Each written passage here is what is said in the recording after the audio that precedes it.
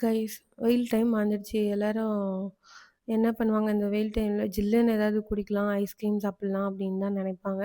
So ice cream சாப்பிட்றது எவ்வளோ கெடுதல், அப்படி அதை எப்படி வந்து ரெடி பண்ணுறாங்க அப்படின்னு நம்ம நிறைய வீடியோ பார்த்துருப்போம். ஸோ இருந்தாலும் இந்த சம்மர் வந்துடுச்சுல, அதனால ஞாபகப்படுத்தலாம் அப்படின்னு தான் இந்த வீடியோ. கீழே ஒரு வீடியோ ஆட் பண்ணுறேன் பாருங்க.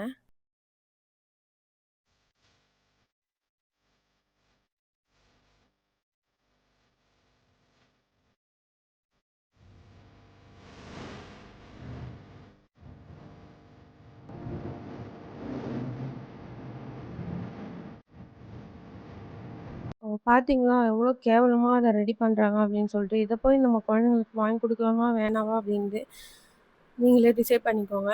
அண்டு இந்த ரோட்லலாம் எடுத்துட்டு வராங்க பார்த்தீங்களா, கோன் ஐஸு, அப்புறம் குல்ஃபி, அப்புறம் பால் ஐஸ், அது மாரி இருக்கும்ல. நம்ம சின்ன வயசுல சாப்பிட்ருப்போம். அதே மாரி தான். ஸோ அதுவுமே வாங்கி குடுக்காதீங்க. அளவுக்கு கிளீனா, ஹைஜீனிக்கா செய்றது கிடையாது. ஐஸ்கிரீம்ன்றத அவாய்ட் பண்ணிக்கோங்க. ஏன்னா அதில வந்து ஒவ்வொரு கலரு, அப்புறம் பாம் ஆயிலு, அப்புறம் நெறைய கெமிக்கல் ஆட் பண்றாங்க. ஸோ அதிலயே மென்ஷன் பண்ணியிருப்பாங்க. நம்மளுக்கு டைம் இல்ல அதெல்லாம் படிக்கிறதுக்கு. ஐஸ்கிரீம் சாப்பிட்டா போதும் அப்படின்னு நெனைப்போம். ஸோ அதனால ஐஸ்கிரீம்லாம் அந்த அளவுக்கு சாப்பிடாதீங்க வெயில் டைம்ல. அ எப்படி செய்வாங்கன்னு நமக்கு இந்த மாரி நெறைய வீடியோ வரும் Instagramல. ஸோ பாருங்க. அப்ப பார்த்தாச்சு உங்க குழந்தைங்களுக்கு வாங்கி குடுக்காம இருங்க. உங்க குழந்தைங்க அடம் புடிச்சு கேட்குறாங்கன்னா, இந்த வீடியோலாம் காட்டுங்க. நான் வந்து என் பசங்களுக்கு இந்த வீடியோலாம் காமிப்பேன்.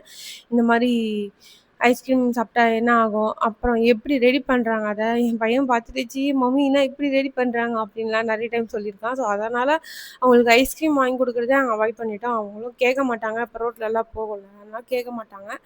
ஸோ முடிஞ்ச அளவுக்கு வீட்லயே செஞ்சு குடுங்க. குல்ஃபி ஐஸ்லாம் வீட்லயே செய்யலாம். யூடியூப்லலாம் பார்த்தீங்கன்னா நெறைய வீடியோ இருக்கும். அந்த மாரி வீட்ல செஞ்சே குடுங்க. அதெல்லாம் ரொம்ப நல்லது. பட் வெளிய எதுவும் வாங்கி குடுக்காதீங்க. ஏன்னா, இப்ப நெறைய நோய் வந்துட்டுருக்கு. ஸோ எந்த நோய் எப்போ வரும்னு நமக்கு தெரியாது.